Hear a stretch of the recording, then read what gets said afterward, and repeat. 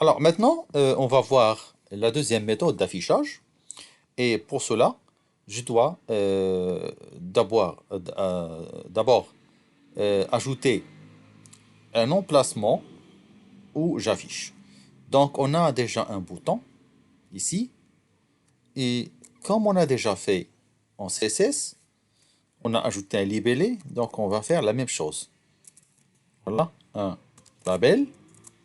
Voilà, c'est un label. Alors, je lui donne l'ID et cette fois-ci, avec JavaScript, on va beaucoup travailler avec les ID, hein. Et ça s'appelle, par exemple, résultat, par exemple, ou bien L, label, tout simplement. Voilà, label 1, L1. Donc ça, c'est l'ID. Et faites attention, JavaScript fait la différence entre les majuscules et les minuscules. C'est-à-dire, si vous avez utilisé l'ID avec L majuscule, ça devrait toujours être L majuscule.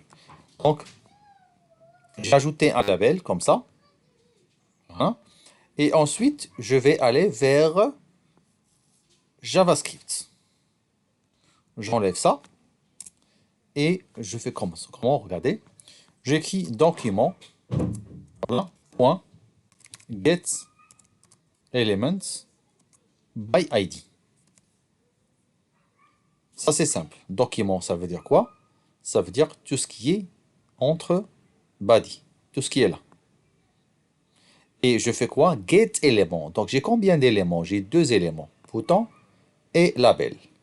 Donc, pour récupérer l'élément label, d'accord, je dois appeler la fonction getElementsById à partir de l'objet document.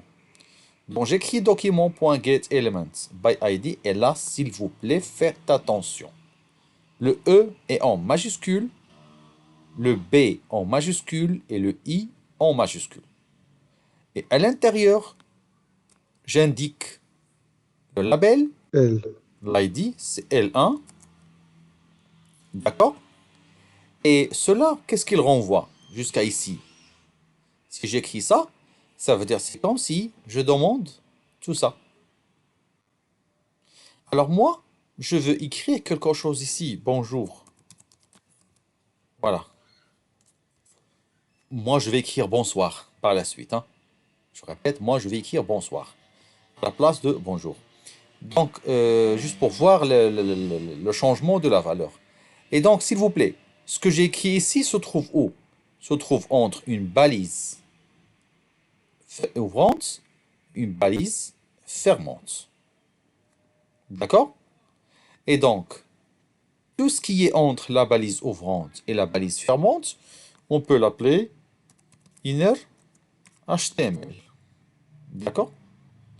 Inner HTML. Ou bien inner text, si vous voulez bien. Par la suite, on va voir la différence. Donc, je laisse bonjour. Et je répète, l'emplacement entre la balise ouvrante et la balise fermante s'appelle inner HTML. Et donc, ici, getElementsById, ça renvoie le label. Et le label, bien sûr, qu'est-ce qu'il a? Il a une couleur d'arrière-plan, il a un ID, il a un nom, il a plusieurs propriétés. Et moi, je veux juste la propriété inner HTML. Voilà. Et donc, inner HTML reçoit, Égal. voilà, et là, j'écris Bonsoir. bonsoir. Ça veut dire quoi ça? Je prends la valeur bonsoir. Et pourquoi j'ai dit valeur? Parce qu'il est entouré par les doubles cotes. D'accord? Ça, c'est une valeur à afficher. Alors, égal, ça s'appelle pas égal, mais ça s'appelle reçoit. Attention, ce n'est pas comme Affectation. des maths, ça s'appelle reçoit. C'est-à-dire, voilà, désolé, je connais qu'il y a des personnes qui n'ont jamais commencé la programmation. Donc, je prends là cette valeur et je vais la mettre avec reçoit à l'intérieur de la propriété inner HTML. De quoi?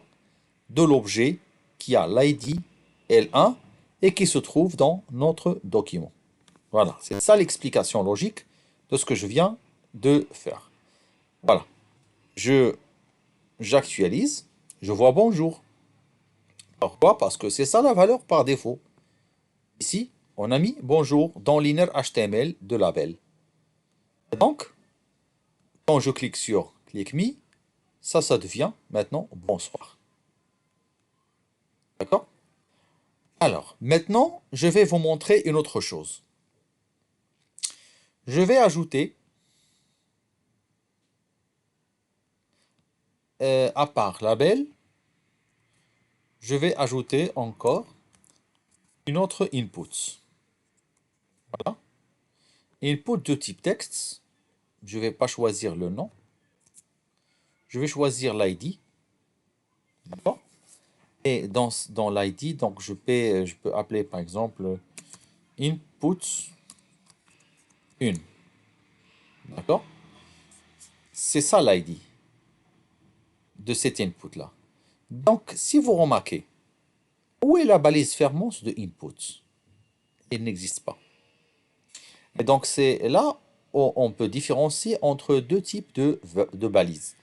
Les balises qui ont un début et une fin, et les balises qui n'ont pas de balise fermante. Et donc, vous savez très bien que cet input, elle est affichée comme ça. Voilà.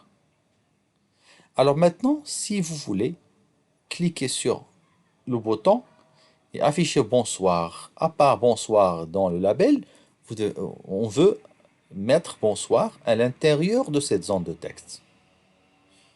Alors, qu'est-ce qu'on va faire? On sait très bien que notre zone de texte, input, il porte l'ID input 1. Et donc, d'abord, on doit récupérer l'élément et après, on va lui affecter la valeur bonsoir. Donc, je reviens à la ligne ici. Je quitte toujours document.get elements by ID et entre double quotes, j'écris input 1.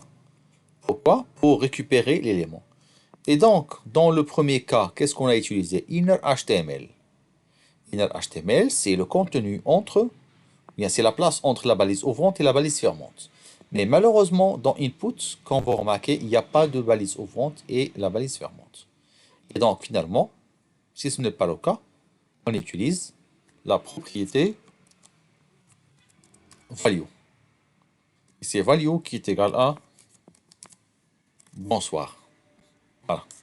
Toujours les inputs, ils ont une valeur, mais les autres ont un inner HTML. Donc, on peut tester. Voilà. Hop, bonsoir, bonsoir. Bien. Maintenant, on va faire un petit travail qui consiste à écrire quelque chose ici. Et quand je clique sur Click Me, tout ce que j'écris ici va être transféré vers le label. D'accord? Alors, suivez avec moi.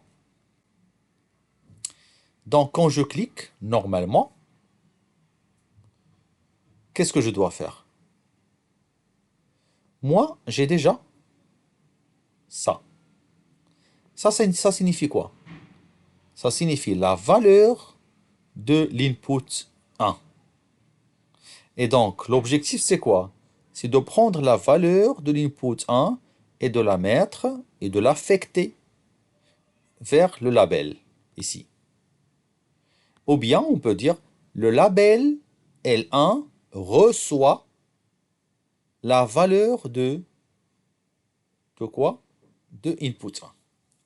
Et donc, ça doit être fait comme ça.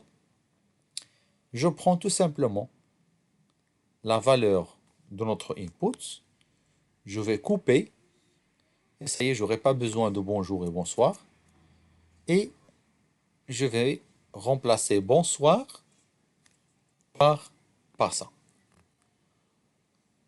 Alors, regardez, Ça veut dire quoi ça? Il y a deux parties. Une partie à gauche de l'affectation, une partie à droite de l'affectation. Donc, la partie à droite de l'affectation, c'est la valeur de l'input. D'accord? C'est-à-dire ça. Et la partie à gauche, c'est le inner HTML de L1. Et c'est bien ça. Et donc, c'est comme si on dit prendre la valeur de input 1 et la mettre dans l'inner HTML de L1. Donc, on va tester. J'actualise. Par défaut, il y avait déjà bonjour. Pourquoi? Parce qu'on a déjà initialisé par bonjour ici. Si vous ne voulez pas initialiser, vous pouvez tout simplement supprimer bonjour. Et je réactualise. Et voilà. Maintenant, je clique quelque chose. Maroc. Clique me. Hop. Et je vois Maroc. J'ajoute encore Casablanca. Clique me. Hop. Casablanca.